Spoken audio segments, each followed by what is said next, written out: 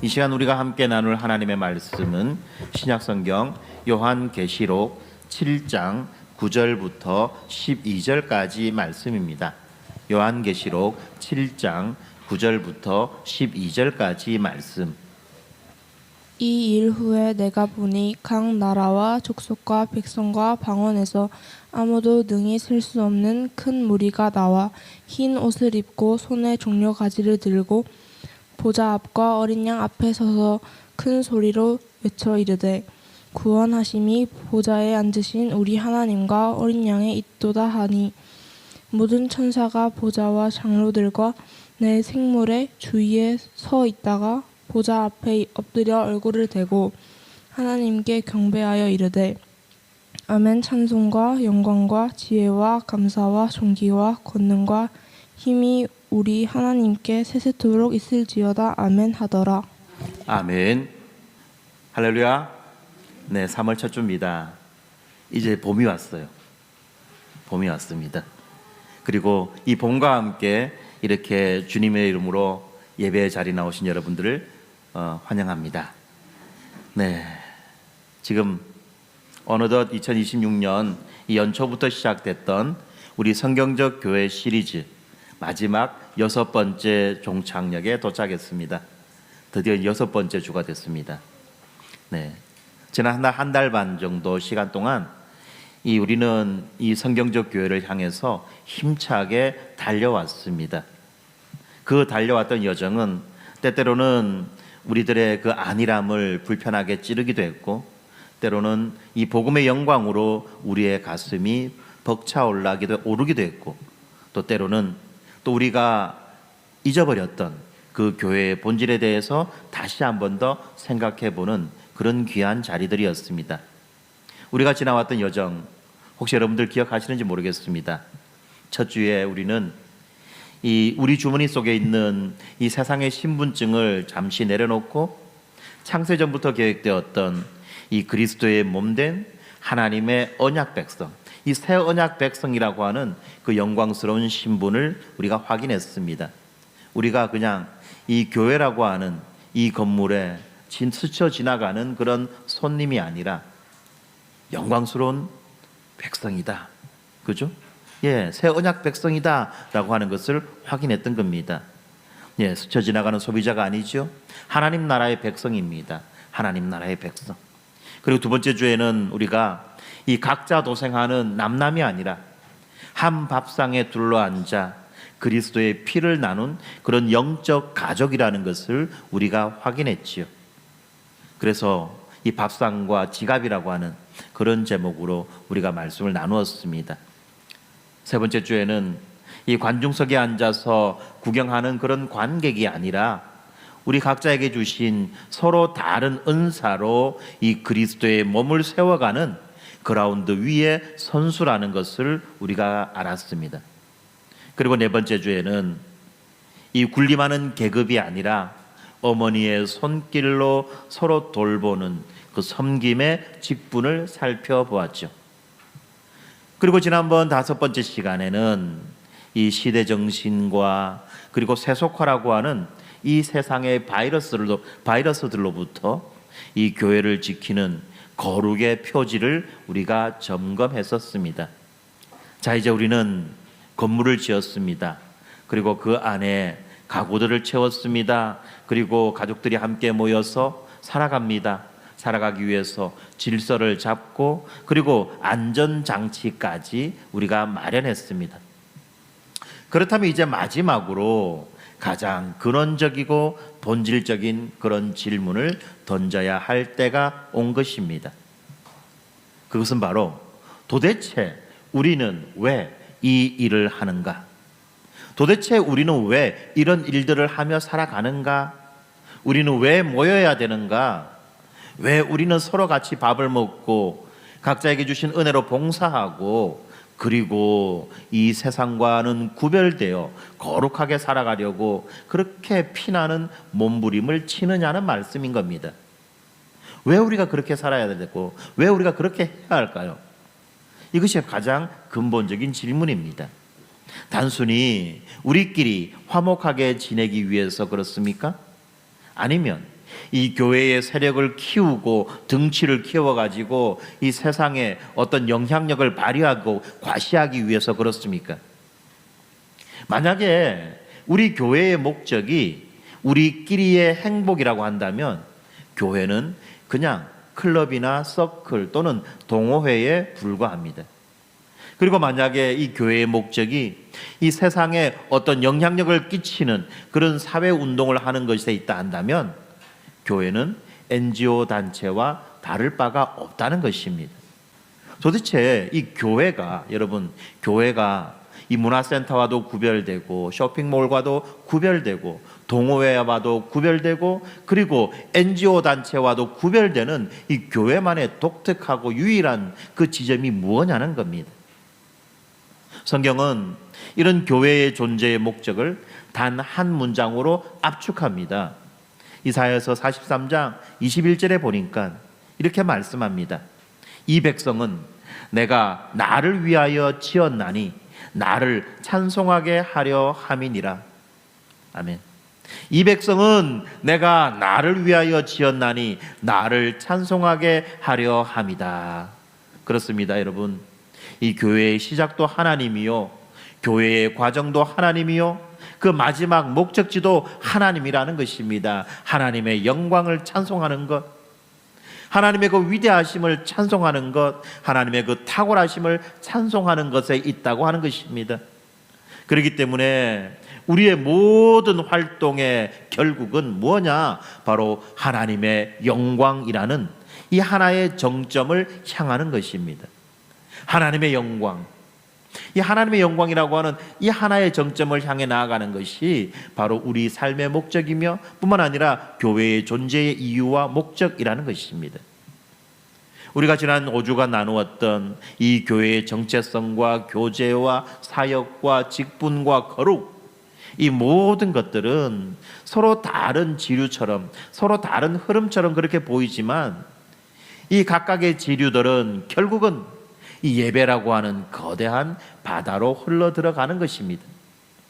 그렇기 때문에 예배는요, 여러분, 예배는요, 교회가 하고 있는 여러 많은 프로그램 가운데 하나가 아니라 바로 교회를 교회되게 하고 교회를 존재하게 하는 유일한 중심점이라는 것입니다. 그러므로 오늘 여러분들과 함께 나누는 이 설교가 바로 이번 성경적 교회의 시리즈의 마침표인 동시에 여러분의 삶이 찬송이 되는 새로운 시작의 전주곡이 되면 좋겠습니다. 오늘 말씀을 통해서 우리의 모든 삶의 현장이 하나님을 찬양하는 거룩한 성소가 되고 우리의 숨소리 하나하나까지도 주님이 받으시는 향기로운 산 제사가 되는 놀라운 은혜가 있기를 우리 주님의 이름으로 축원합니다.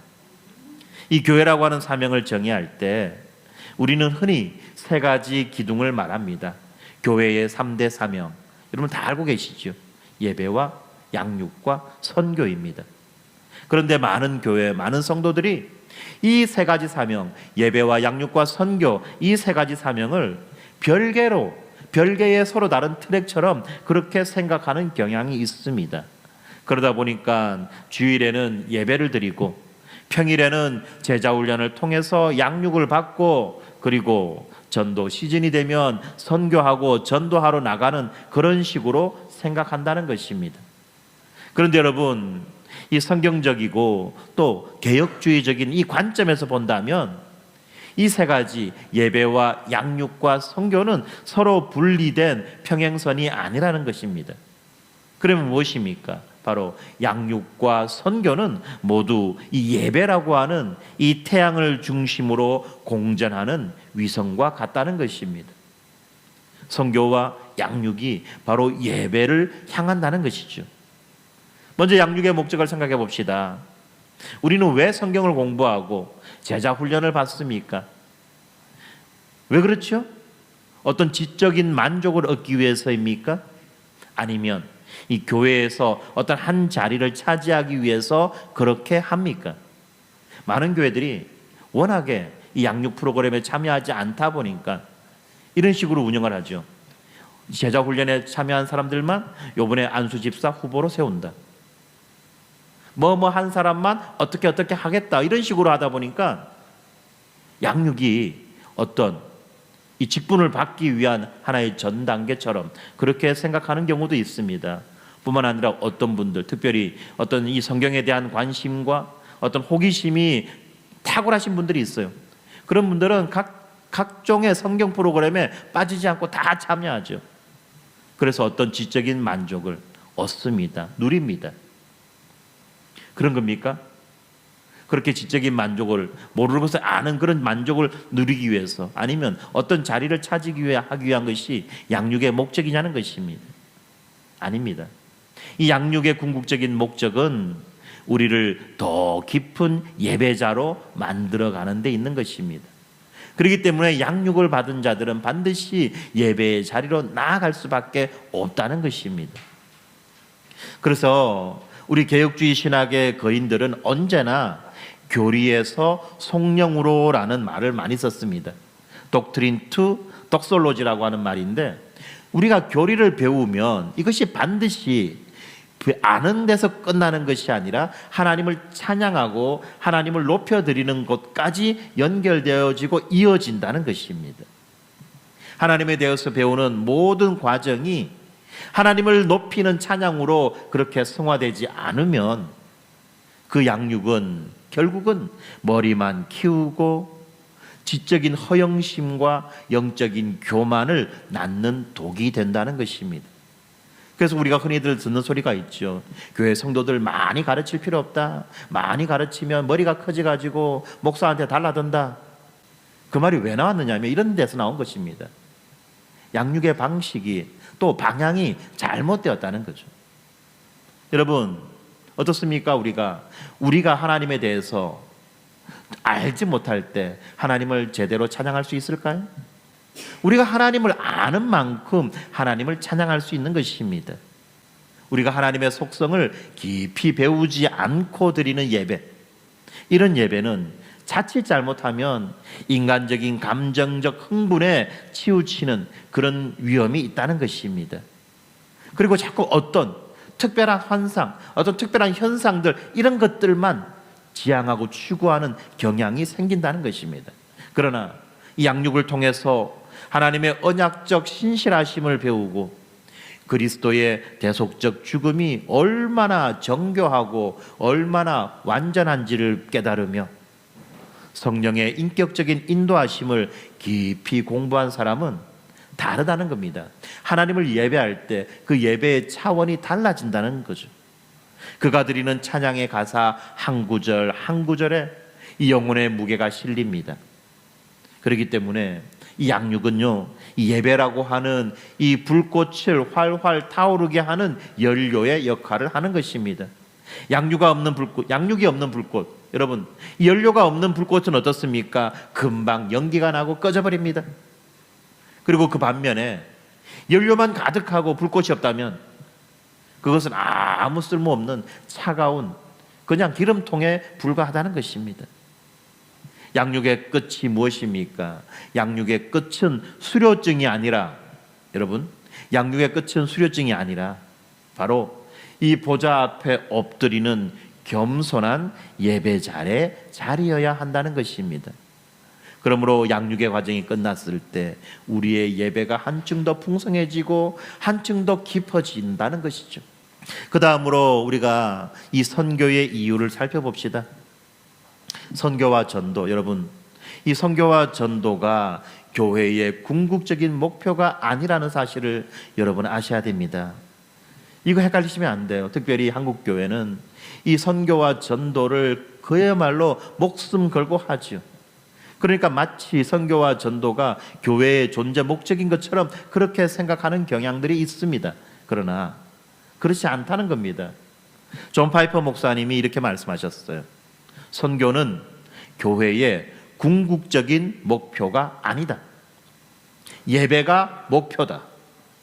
왜냐하면 거기에 그 땅에 예배가 없기 때문에 그 땅에 선교가 존재하는 것이다.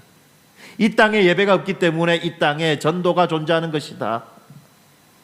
다시 말하면 예배가 궁극적인 목적이고 이 선교는 그 예배로 동참하고 예배로 부르기 위한 과정이라는 것입니다.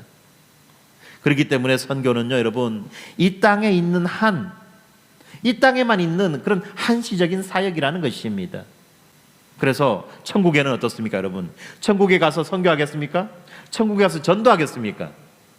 예, 천국에는요, 전도할 대상이 없습니다. 그래서 선교사도 없어요. 전도사도 없습니다. 그러나 영원히 사라지지 않고 남는 유일한 사역이 있는데 그것이 뭐냐? 그것이 바로 예배라는 것입니다. 오늘 우리가 보았던 이 본문, 이 계시록 본문에 등장하는 수많은 백성이 무엇을 하고 있습니까? 그들이 어디 가서 전도지 돌리고 있습니까? 어디 가서 예수 믿으세요 라고 외치고 있습니까? 아니죠. 보좌에 앉으신 어린 양을 향해서 영원토록 찬양하고 있다는 것입니다. 여러분, 선교가 무엇입니까? 그것은 여러분 잘 들으시기 바랍니다. 하나님의 영광을 도둑질하고 있는 이 우상의 영토에서 하나님을 향한 거룩한 예배를 탈환하는 전쟁이라는 것입니다. 하나님의 영광을 도둑질하고 있는 이 우상의 영토에서 예배를 탈환하는 거룩한 전쟁이 바로 선교요 전도라는 것입니다. 마땅히 하나님께 돌려드려야 될 영광을 돈과 쾌락과 또는 자기 자신이라고 하는 이 우상에게 바치고 있는 사람들이 이 땅에는 너무나 많이 있다는 것입니다. 선교는 바로 그렇게 도둑맞은 하나님의 영광을 되찾아 오는 것입니다. 다시 말하면 예배를 드리지 못하는 자들, 예배를 드릴 수 없는 자들을 불러서 예배자로 만드는 과정이 바로 선교요 전도라는 것입니다. 그들이 헛된 우상을 버리고 참되신 하나님께 영광을 돌리도록 돕는 것이 바로 선교의 본질입니다. 그렇기 때문에 우리가 여러분 어떻게 선교하고 어떻게 전도해야 할까요?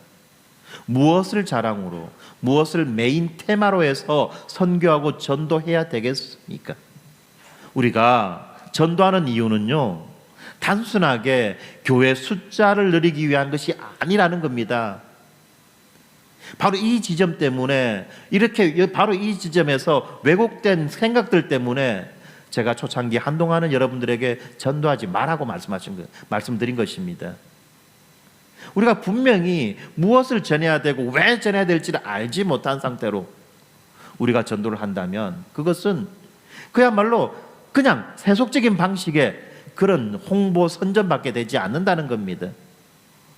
우리 하나님이 너무나도 위대한 분이라서 나 혼자 찬양하는 것이 너무 안타깝다는 거죠.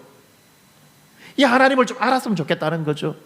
온 세상이 그분을 노래 불러야 마땅한데, 그런데 그러지 못하고 있는 이 현실이 참 답답하기 때문에, 안타깝기 때문에, 그래서 그들에게 복음을 전하는 겁니다.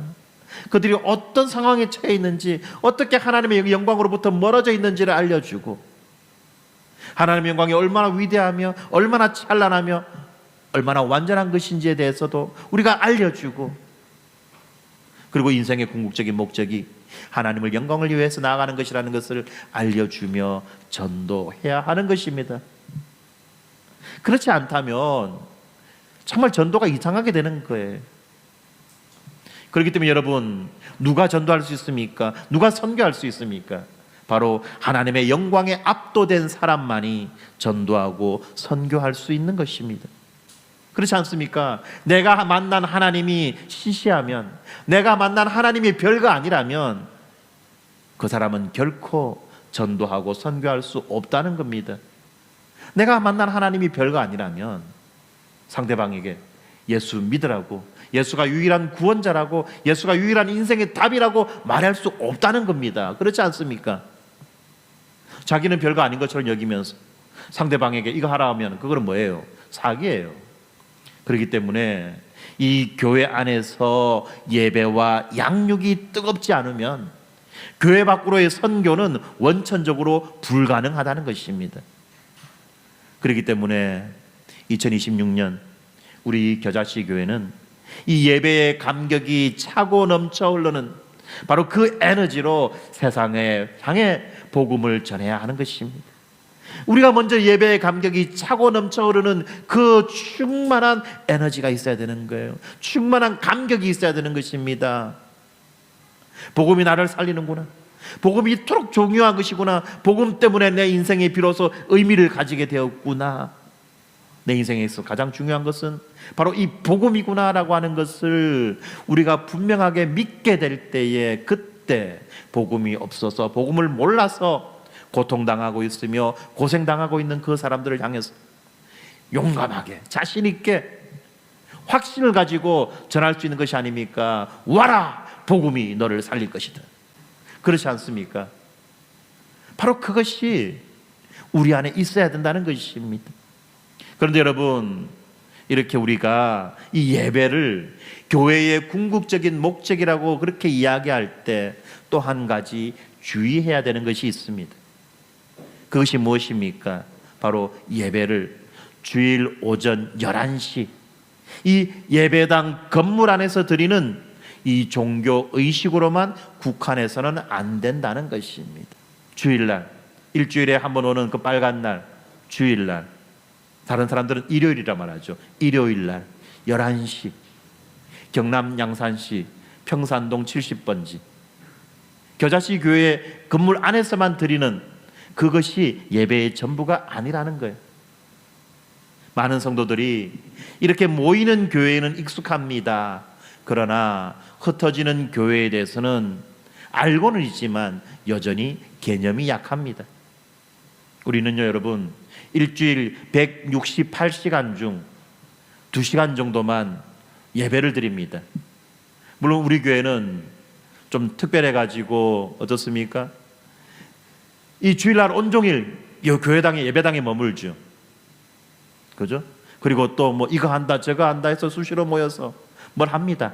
예, 좋습니다. 그런데 많은 경우에 사람들은 주일날 겨우 2시간 정도만 예배당에 머물고 나머지는 다 자유롭다고 생각하죠.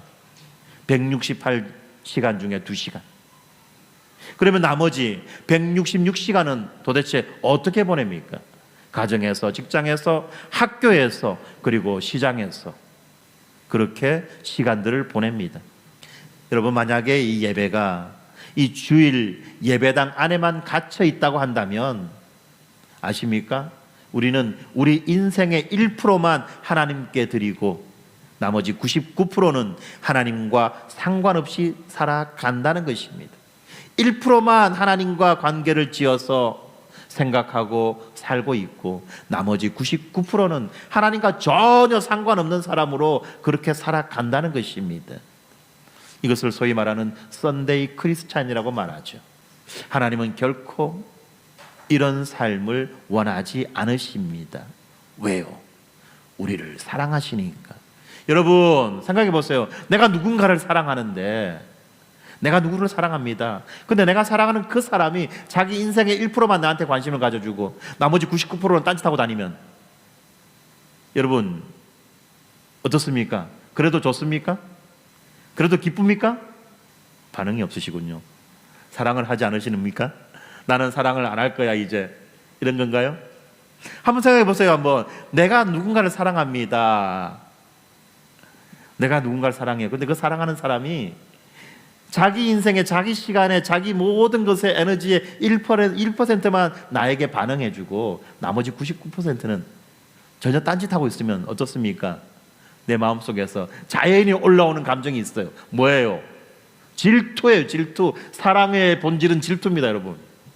질투 없는 사랑은 사랑이 아니에요. 그 질투가 뭡니까? 나만 바라봐. 그렇죠? 나 좀 바라봐줘. 내 소리 좀 들어줘. 나랑 이야기 좀 해줘. 나랑 같이 밥 좀 먹어줘. 이거 아닙니까, 여러분? 왜요? 사랑하니까. 사랑하니까. 하나님이 우리를 사랑하십니다. 하나님이 여러분을 사랑하십니다. 하나님이 여러분을 사랑하셔서 자기의 사랑하는 아들마저 내어주셨습니다. 그렇게 우리를 사랑하시는 그 하나님이 우리 인생의 1%에 대해서 만족하실까요? 어떻습니까? 예, 더 많은 관심을 하나님은 요구하시지 않으시겠냐는 것입니다. 로마서 12장 1절이 우리들에게 이 예배의 정의를 내려주고 있지요. 아주 혁명적입니다. 너희 몸을 하나님이 기뻐하시는 거룩한 산 제물로 드리라. 이는 너희가 드릴 영적 예배니라. 아멘. 여기에서 너희 몸이라고 하는 것은 단지 우리의 이 육체, 이 몸만 말하는 것이 아니라 우리의 전 인격과 구체적인 일상 전체를 의미합니다. 그래서 우리가 아이들에게도 우리의 일상이 어떻게 하나님께 예배드리는 예배자의 자리로 나아갈 것인가에 대해서 가르치는 코스가 있지요. 바로 일상학교입니다. 어제 우리 EDL 캠프를 했는데 아이들이 기초 세계관을 통해서 내가 어떤 존재인지, 또 소비주의를 통해서 우리 이 세상에서 요구하고 있는, 말하고 있는 그 소비가 우리를 얼마나 피폐하게 만드는지, 그리고 그것에 대한 대안으로서 우리가 어떻게 바른 소비, 착한 소비를 할 수 있는지에 대해서 배웠습니다.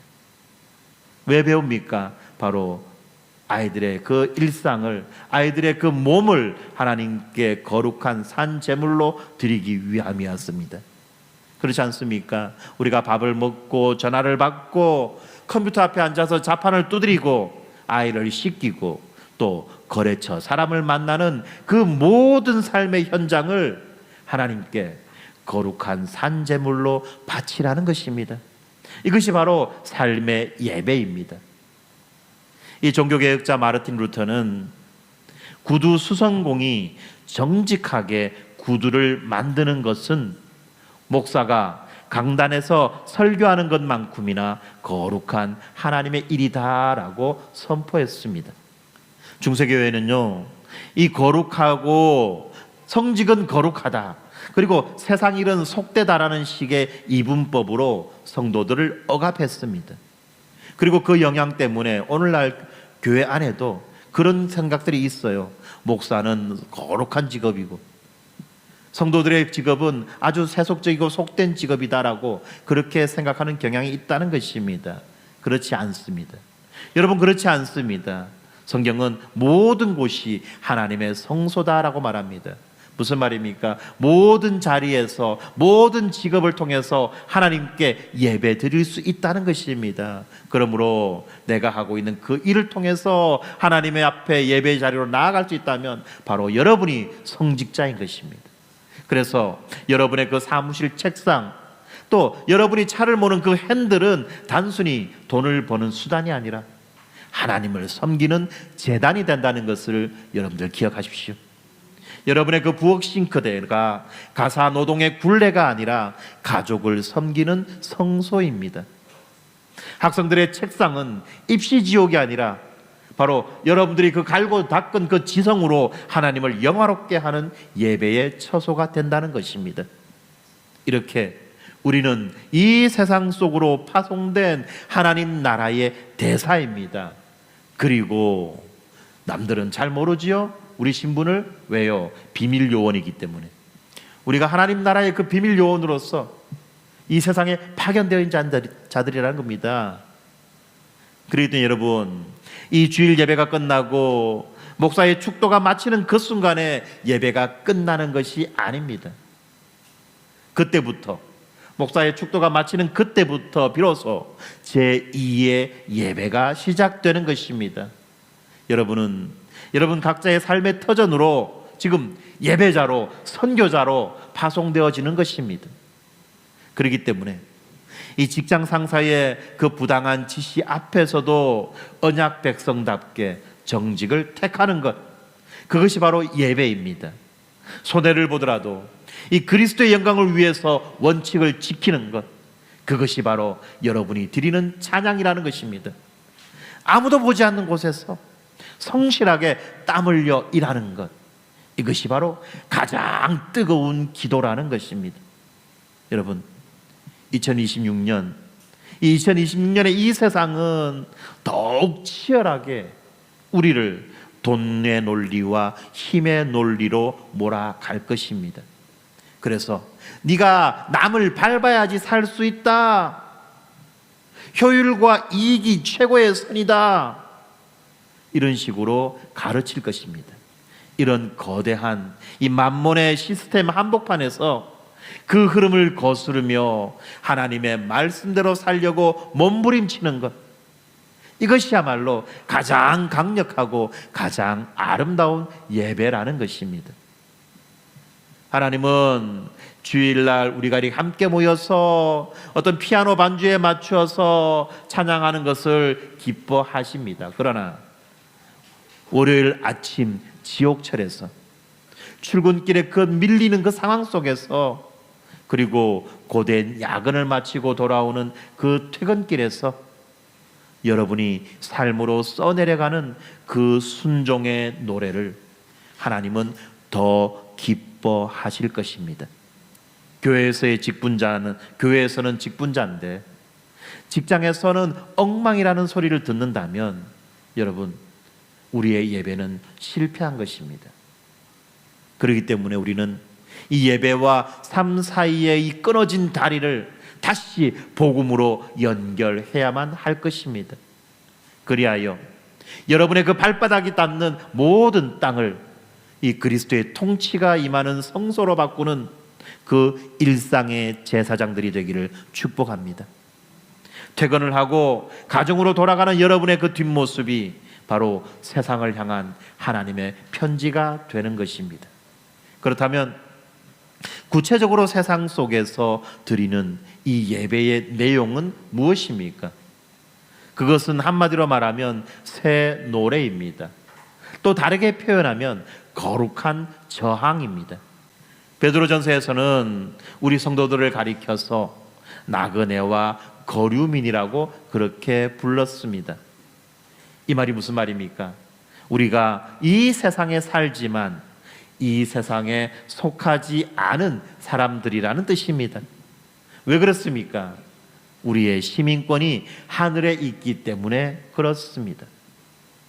이 성경에 등장하는 인물 가운데 여러분, 다니엘이라는 인물이 있습니다. 그 다니엘을 한번 생각해 봅시다. 다니엘은 유대에서 총망받는 젊은이였습니다. 그런데 그의 조국은 멸망을 당하고 그는 포로로 잡혀가서 이 바벨론이라고 하는 거룩한 이 거대한 제국의 한복판에 살게 되었습니다. 그리고 그의 이름이 강제로 바뀌었죠.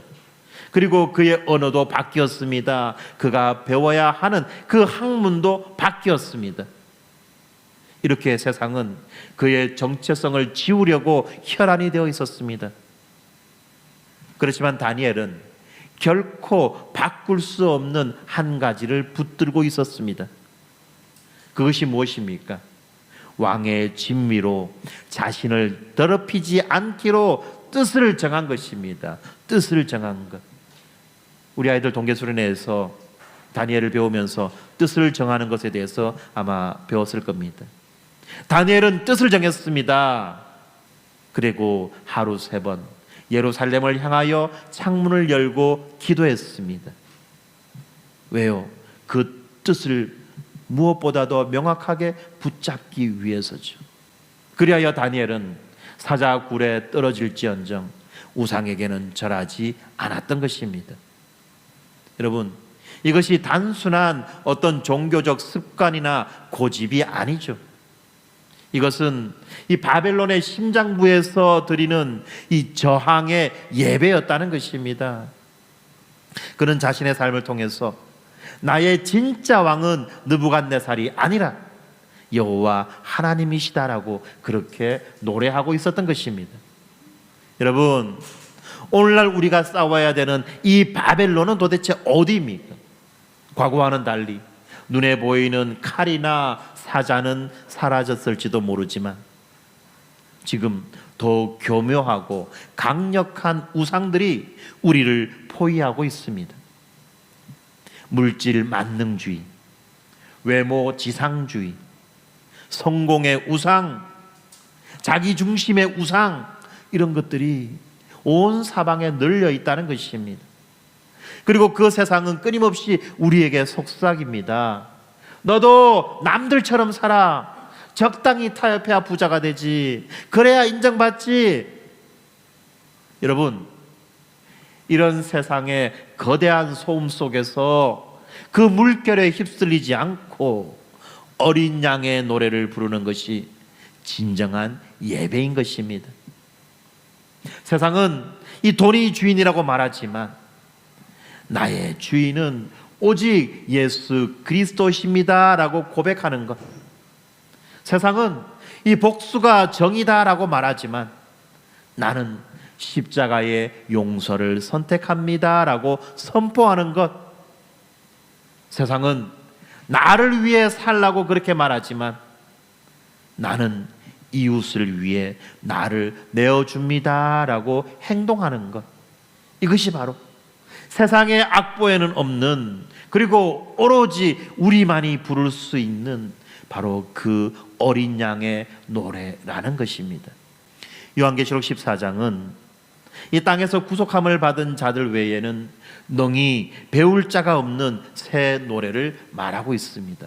구원받은 자들 이외에는 부를 수 없는 그 새 노래. 이 새 노래는요, 이 십자가의 대속적 은혜를 경험한 자들만이 배울 수 있는 아주 신비한 선율입니다. 그리고 우리가 이 노래를 부를 때 세상은 충격을 받고 세상은 놀라 낮아빠지는 거죠. 초대교회 때의 일입니다. 초대교회에서의 그 당시 어떤 큰 전염병이 돌았습니다. 흑사병이 돌았습니다. 그때 가족들조차도 환자를 버리고 도망을 갑니다. 그러나 그리스도인들은 그 도시에 남아서 끝까지 그 환자들을 돌보다가 죽어갔습니다. 그 모습을 본 로마인들이 경악하며 묻습니다. 도대체 저들이 믿는 신은 누구인가? 무엇이 저들을 저렇게 죽음 앞에서도 두려움이 없이 만드는가? 여러분, 이처럼 그들의 거룩한 삶 자체가 세상에 대한 가장 강력한 변증이었고 세상을 향한 가장 선명한 전도지였다는 것입니다. 사랑하는 성도 여러분, 우리가 이 세상과 똑같이 그들과 똑같은 욕망을 쫓아 살면서 전도지 몇 장 나눠준다고, 그 위에다가 물티슈 몇 장 더 얹어준다고 여러분 세상이 바뀌겠습니까? 아니죠. 아닙니다. 그러면 어떻게 세상이 바뀝니까?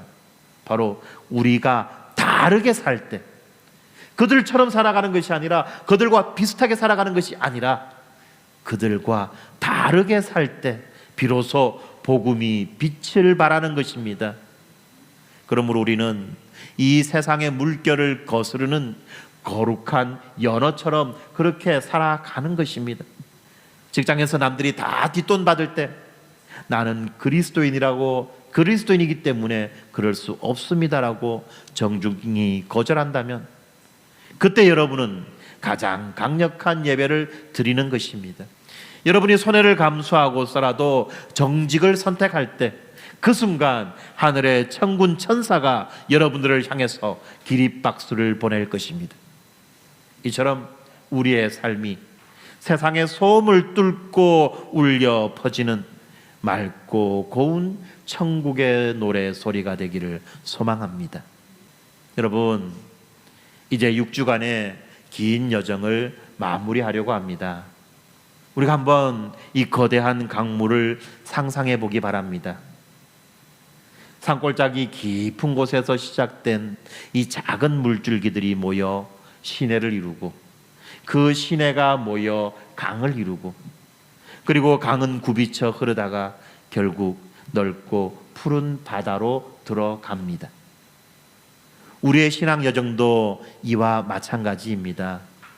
첫 번째 주에 우리는 이 정체성이라고 하는 그 발원지에서 나는 하나님의 새 언약 백성이다라고 하는 그 작은 물줄기가 시작되었습니다. 그리고 그 물줄기는 두 번째 주에 이 교제라고 하는 시내를 만나서 우리는 가족이다라고 하는 따뜻한 흐름이 되었습니다. 더 나아가서 세 번째 주와 네 번째 주에 사역과 직분이라고 하는 강물을 만나 각기 다른 은사로 서로를 섬기고 봉사하며 힘차게 흘러내려갔죠. 그리고 다섯 번째 주에는 이 거룩이라고 하는 이 댐에서 때때로 섞여 들어온 죄의 오염이 정화되기도 했습니다. 그리고 이제 그 모든 강물이 어디를 향해 흘러갈까요? 결국 바로 예배라고 하는 영원한 바다로 들어가는 것입니다. 우리의 정체성, 우리의 밥상, 우리의 땀 흘리는 봉사, 우리의 직분, 그리고 우리의 거룩한 그 몸부림, 이 모든 것은 결국 우리 하나님은 위대하시다, 어린 양은 존귀하시다는 이 찬양의 바다를 이루기 위함이었습니다. 그러므로 이 하나님과 하나님이 하신 일을 찬양하는 그 예배가 빠진 정체성은 바로 교만이 되는 것입니다. 그리고 예배가 빠진 교제는 침묵질이 되죠.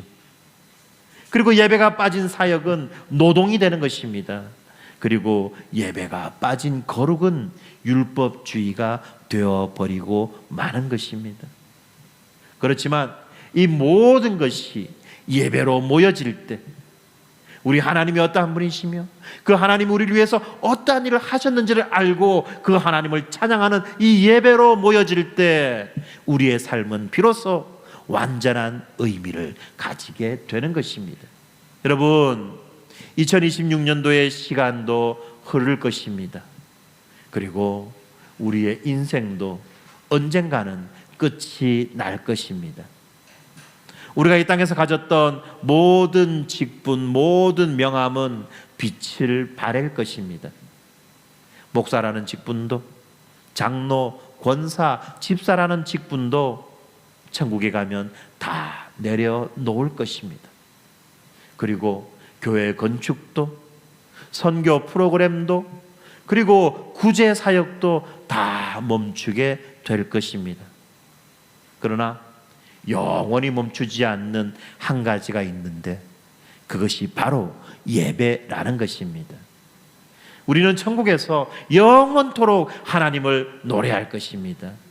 그러므로 우리의 진짜 이름, 우리의 영원한 직분은 바로 예배자인 것입니다. 바로 예배자. 이것이 바로 우리의 진짜 이름이라는 것입니다. 사랑하는 성도 여러분, 이제 성경적 교회 시리즈 설교를 마치면서 여러분을 다시 세상으로 파송합니다. 예배당 문을 나서는 순간부터 우리들의 진짜 예배가 시작된다는 것을 여러분 반드시 기억해 주십시오. 그리고 여러분 두려워하지 마십시오. 만물의 통치자이신 하나님이 여러분과 동행하십니다. 그리고 여러분의 가정을 예배 처소로 만드실 것입니다. 여러분의 일터를 거룩한 성소로 바꾸어 주실 것입니다. 그리고 그렇기 때문에 이 세상의 유혹이 거칠면 거칠수록 더 크게 하나님을 찬양하시기 바랍니다. 세상이 우리를 조롱할수록 더 거룩하게 저항하시기 바랍니다. 하나님은 이 소돔왕의 달콤한 제안을 거절하고 오직 하나님만을 상급으로 삼은 아브라함에게 말씀하십니다. 두려워하지 말라. 나는 너의 방패요 너의 지극히 큰 상급이니라. 그렇습니다. 우리가 세상을 거절하면 우리는 하나님을 잃는 것이 아니라 하나님을 온전히 소유하게 되는 것입니다.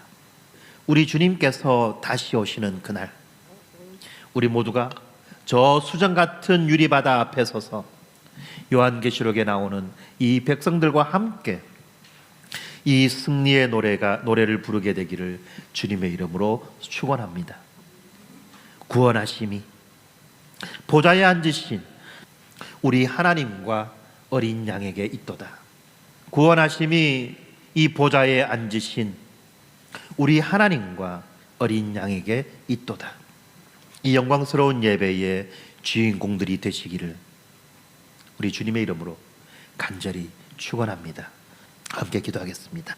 위대하신 아버지 하나님, 지난 6주간 우리에게 이 성경적 교회의 영광을 보여주셔서 감사합니다. 교회는 건물이 아니라 주님의 몸된 우리라는 것을 알았습니다. 우리가 관객이 아니라 선수라는 것도 알았습니다. 이제 우리를 세상으로 보내주셔서 흩어지는 예배자가 되어 삶의 현장 곳곳에 십자가의 깃발을 높이 흩날리게 하여 주시옵소서. 교회에서 행해지는 양육을 통해서 주를 아는 지식이 깊어지게 하시고 그 지식이 뜨거운 찬송이 되어 세상 속에 울려 퍼지게 하여 주시옵소서. 우리의 정직한 삶이 찬양이 되게 하시고 우리의 거룩한 순종이 제사가 되게 하여 주시옵소서. 우리의 평생이 하나님을 향해 멈추지 않는 노래가 되기를 소원하며 교회의 머리 대신 예수 그리스도의 이름으로 기도드립니다. 아멘.